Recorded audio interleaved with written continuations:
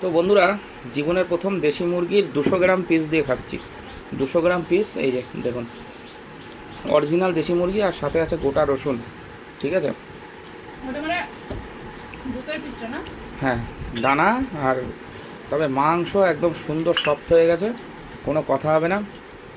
ঠিক আছে, এই যে দেখুন, মাংস দিয়ে, আলু দিয়ে, আর এই যে টিপ দিলে পক করে বেরোয়, এটা দিয়ে একটা বাইট করব। ঠিক আছে,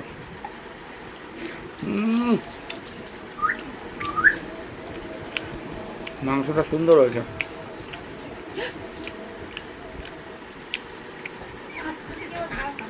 ও দেখুন, রসুন সাথে রাখতে হবে, রসুন শরীরে অনেক উপকার এবং খেয়েও মজা। ঠিক আছে, এরকম বাইট করতে হবে। পাতলা ঝোল দেশি মুরগির সবসময় খেতে হবে। ঠিক আছে।